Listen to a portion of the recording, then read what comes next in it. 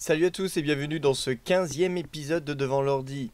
Un épisode spécial encore aujourd'hui, pas parce que je porte des lunettes, mais peut-être parce que c'est le premier podcast français complètement tourné en anglais, puis redoublé en français. Pourquoi? Vous avez pas deviné encore? Eh oui, aujourd'hui vous avez deviné juste, on va parler de doublage.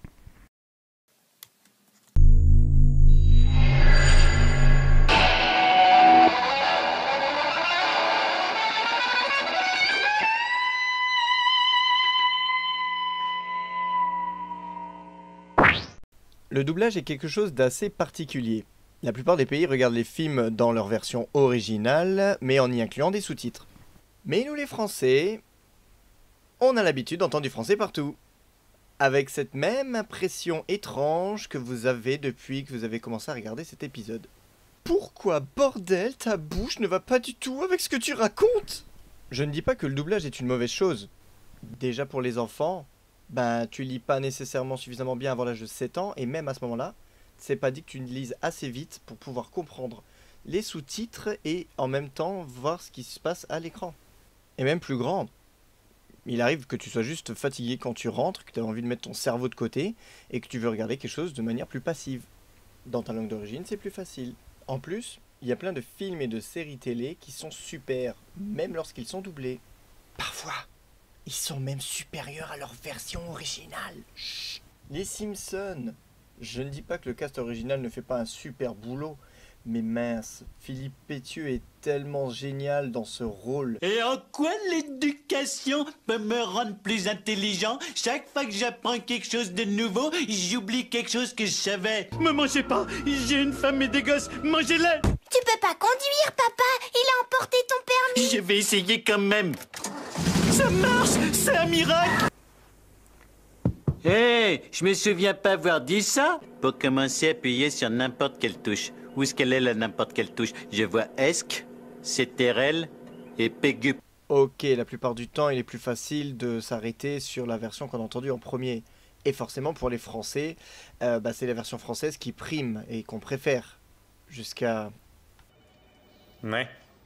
Ça en fait des chats, Jolene. Toujours célibataire? Oh my god! Je regardais plus la version française au moment où ils ont changé les voix, mais je peux facilement imaginer les gens qui le faisaient et qui ont vu cet épisode. Oui, je viens de revoir vos résultats, il y a une petite erreur, vous avez post-daté les chiffres de vendredi.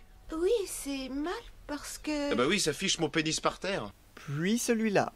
Chandler, toi ici, va ça. Ton mari est de retour, en effet, alors toute activité sexuelle va s'arrêter maintenant. Pourquoi Chandler a maintenant la voix d'un vieux gars? Si les voix étaient le seul problème, ce serait ok. Mais les doubleurs doivent travailler avec des contraintes. Essayez de dire à peu près la même chose, avec à peu près le même nombre de mots. Parfois, ils font un super boulot. Et parfois, on se fait avoir jusqu'à l'oignon. Tu dois l'avoir encore ce soir? Et je fais très fort, je lui offre le ciné. Attends, il est censé dire quoi normalement?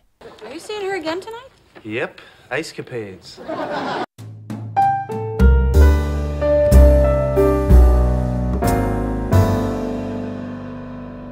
Capitaine mauvaise foi. Putain, pourquoi avoir remplacé le mot Holiday on Ice par ciné? Ok, top, quel est le terme qui remplace le mieux le mot Holiday on Ice? Je sais pas, je dirais probablement Holiday on Ice? Bouffon. C'est comme quand ils essaient de retirer toutes les marques parce que les Français n'aiment pas la pub apparemment. Alors du coup on part de ça. Get spit in my eyes, you know? And if I remember correctly, Ray-Ban was the official sponsor of World War I. À ça. Ne postillonnera pas dans les yeux. Oui, et si je me souviens bien, c'est cette grande marque de lunettes qui était le sponsor officiel de la Première Guerre mondiale. Dis-le, bordel, dis-le. On voit clairement que Joey porte des Ray-Ban. Imaginez que les Américains fassent pareil. Tous les sitcoms dureraient au moins 40 minutes. Eh, mais t'es un iPhone d'Apple. Eh, tu as ce téléphone lancé en 2007 par cette compagnie aux fruits mordus lancée en 1976. Le problème, c'est quand la traduction ne parvient pas à respecter l'esprit. C'est ça, oui, ce sera bientôt fini, Léon. Et pour être bizarre pour les vrais fans de Matrix d'entendre ça. Parce que Smith est censé l'appeler Monsieur Anderson, comme pour lui rappeler ses origines de la matrice. Revoyons ça en anglais. Ok, alors pas de Néo, même sarcastique. Parce que pour Smith, il n'y a pas de Néo, juste Thomas Anderson, et il veut pas le rendre heureux en l'appelant par ce surnom-là. À part en français. Stop, il y a de bien pires erreurs de traduction. Souvenez-vous de ce que vous m'avez dit sur l'intelligence. Que c'était un don que l'on devait mettre au service de l'humanité. Pas un privilège. Ellie Vecna. Pas un privilège. A privilege. Qu'est-ce que t'as fumé, mec, qui était supposé faire la même version du film dans une autre langue? T'étais pas d'accord avec Doc Ock ou quoi? A privilege. Ou pas. Et pour finir en beauté, avant je ne comprenais pas pourquoi il y avait ces genres de blancs dans les conversations de sitcom, ou même ces petites répliques rajoutées dans Arnold et Willy qui semblaient too much. La réponse est simple. Les acteurs jouent devant un public, leur but étant de jouer avec les réactions de ce dernier. Donc lorsque le public rit, les acteurs attendent. Par contre, les répliques et les rires des spectateurs sont enregistrés sur la même piste, qui sont donc effacés lors du passage à la version française. Ils les remplacent donc par les mêmes vieux rires pourris qu'on avait dans la série Hélène et les garçons.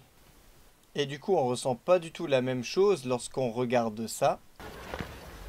Tiens, mon sweatshirt. Ça va faire plus d'un mois que je l'avais perdu. Et ça. Hey, my sweater! I've been looking for this for like a month.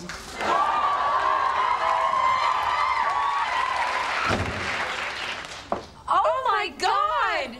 Le public est en folie, nous aussi, devant la télé. Et on comprend mieux pourquoi David Schwimmer fait cette tête-là. Et ils savent que les spectateurs du monde entier, en regardant ça, vont réagir comme ça. Mais pas comme ça.